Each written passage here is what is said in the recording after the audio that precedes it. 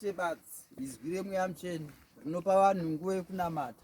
Yanga isiri nyore kuti tiwane nguva yekuuya kuzonamata pakati penzvimbo ino. Makorokoto ndinotenda mweya mutsvene Mwari wedu vatipa nguva yakanaka yekuuya kuzonamata. Vanhu ngavasarege kunamata nekuda kwezviedzo zvenyika. Vanhu ngavafarire zita raJesu samambo wamadzimambo.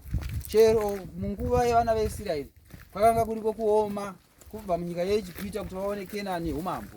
Zvinhu zvose zvakanzi nemweya mutsvene zvinosevenzwa uye zvinoshandwa.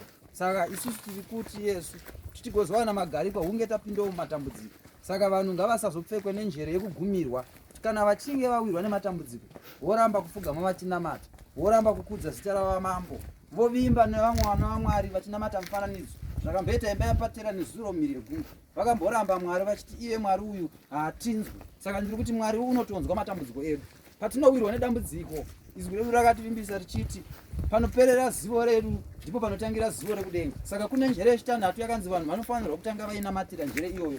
Kana vainamatira yapfeka mavara vodzimirwa mazuva erima, mweya yokugumirwa, njere yakaremara yakanzi injere inoti munhu akawirwa nedambudziko nhasi anotuka zita rake Jesu. Vanhu vari kunzi chero vakarwarirwa musati maenda kuzvipatara tangai matsvaga Jesu mozosimuka maenda kunotsvaga rumwe rubatsiro. Ndiye Jesu chete wakanzi hafa akashanduka.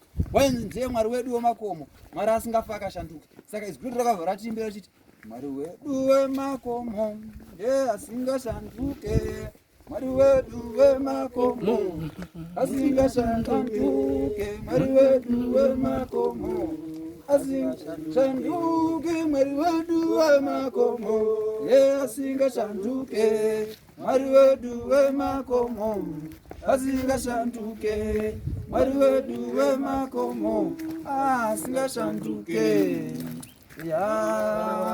Amen.